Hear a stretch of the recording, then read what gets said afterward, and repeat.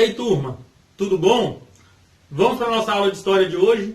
Bom, nós vamos iniciar o nosso segundo semestre aí, né? O terceiro bimestre, falando sobre os primeiros povos da América, né? Como que os primeiros povos aí, no caso os europeus, né, chegaram até a América. Mas antes de nós iniciarmos aí um pouco mais profundo no nosso conteúdo, vamos orar a Deus? Então feche seus olhos, oremos. Senhor Deus, amado Pai, obrigado, Senhor, porque mais um semestre se inicia. Obrigado, Senhor, porque o Senhor tem cuidado de nós em todos os momentos. Esteja, Senhor, ainda hoje com a nossa aula, abençoe para que possamos aprender o que aqui for ensinado. Também te pedimos a proteção sobre os nossos familiares. É isso que te pedimos, Senhor, já agradecidos em nome de teu Filho amado Jesus. Amém, Senhor. Bom, os primeiros povos da América, né? A chegada dos europeus. Então peguem aí suas apostilas na página 64 e 65, que são essas páginas aí que nós iremos trabalhar no dia de hoje, certinho?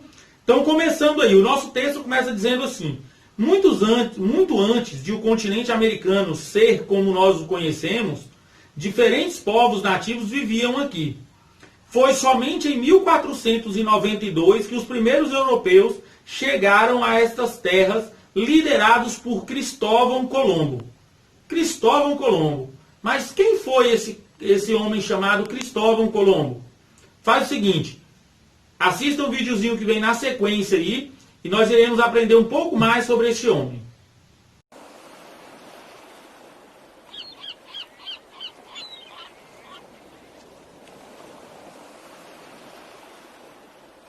Quando Bartolomeu Dias retornou a Lisboa, dizendo que a África podia ser contornada, foi uma péssima notícia para Cristóvão Colombo, que há anos tentava convencer o rei Dom João a financiar sua expedição.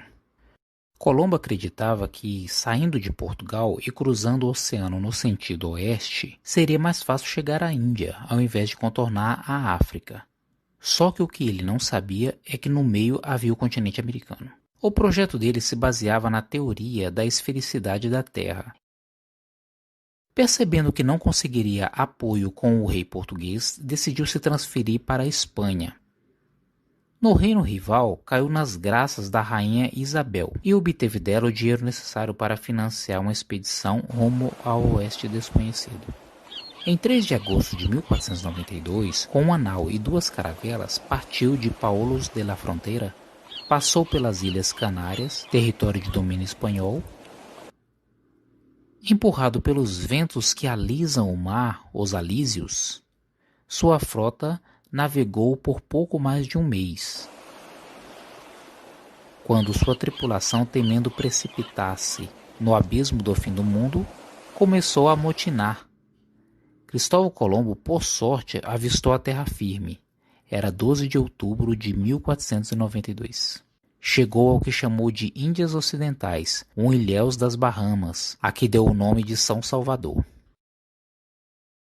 Continuando a navegar, costou em Cuba e chegou ao Haiti, o que deu o nome de Hispaniola.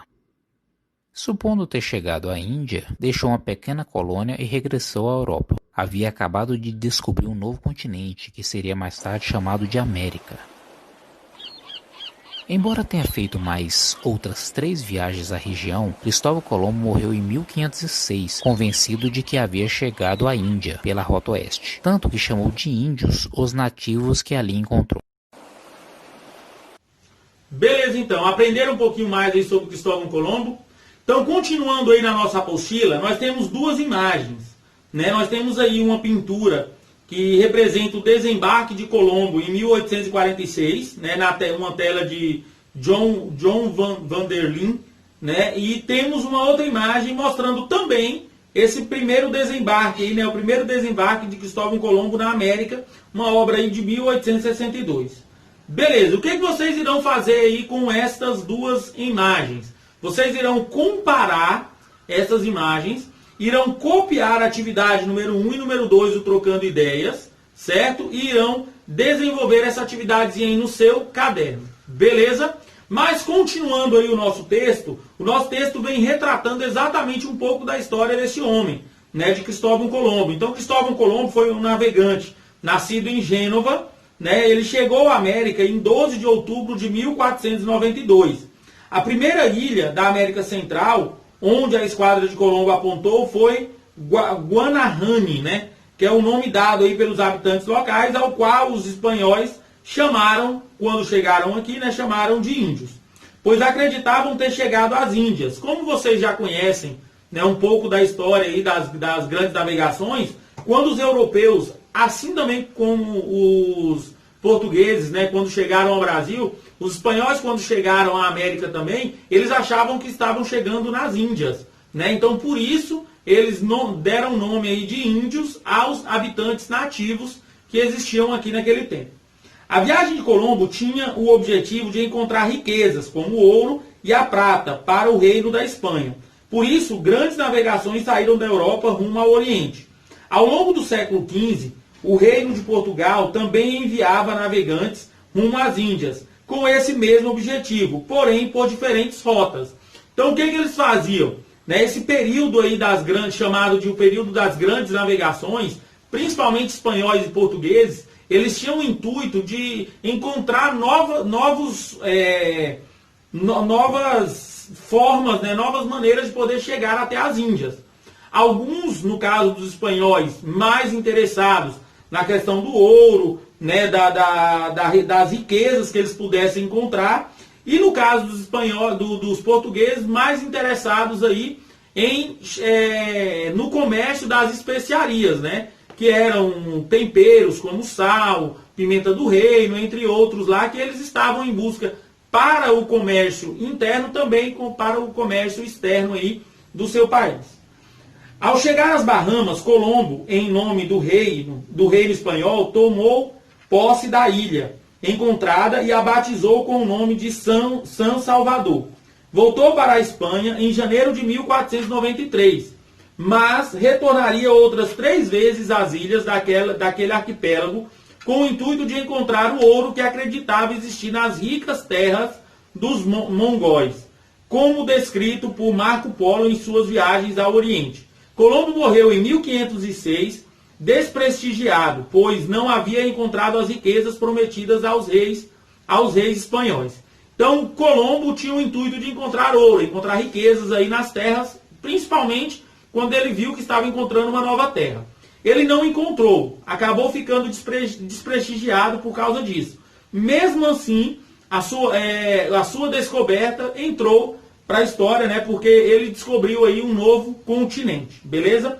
Marco Polo, ele descreveu, né, algumas dessas viagens feitas aí por Cristóvão Colombo durante esse período. E aí Você Sabia vem retratando exatamente sobre isso, né, na página 65 aí, vem retratando exatamente sobre Marco Polo. Quem foi Marco Polo? Marco Polo foi um viajante e mercador da cidade de Veneza. Em 1271, ele fez ao Oriente uma viagem que durou cerca de 24 anos. Na China, serviu ao imperador mongol Kublai, né, por 17 anos, e viajando a mando do rei, ele pôde conhecer a cultura dos povos da China e da Índia. Ao voltar a Veneza, em 1295, seu navio foi capturado pela cidade rival de Gênova, e Marco Polo foi preso. Na prisão, ele narrou suas viagens e um escritor chamado Rusticiano, que as publicou como o Livro das Maravilhas. 2 séculos depois, esse livro foi lido com grande interesse por Cristóvão Colombo e por outros navegadores que desejavam chegar ao Oriente, conhecer as maravilhas descritas por Marco Polo e comercializar as riquezas lá existentes. Então, Marco Polo, ele escreveu um livro, né, ele fez algumas viagens a mando do rei da China, né, e essas viagens ficaram descritas em livros. Cristóvão Colombo foi um dos homens que leu esses livros com bastante interesse e acabou tirando daí as suas ideias para as viagens que ele tanto sonhava em fazer. Em 1501, Américo Vespúcio viajou pela costa da América do Sul e, em suas cartas ao rei de Portugal, afirmou que as terras descobertas por Colombo anteriormente faziam parte de um novo continente. Os mapas do mundo criados a partir de então passaram a incluir a América. Então, a partir das viagens aí de Colombo, a partir da descoberta de Colombo, da descrição feita por Américo Vespúcio, né, a América do Sul passou a existir. Ou seja, ela passou a ser colocada aí, né, nos mapas que eram feitos na época.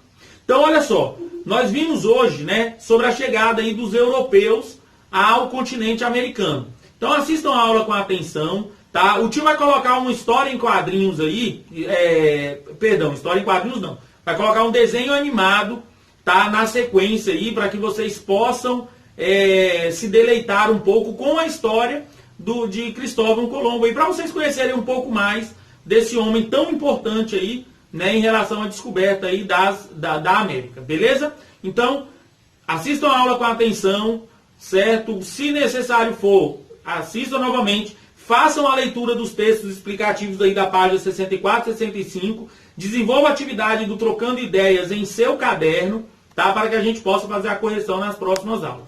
Certinho? Então, bons estudos e até a próxima.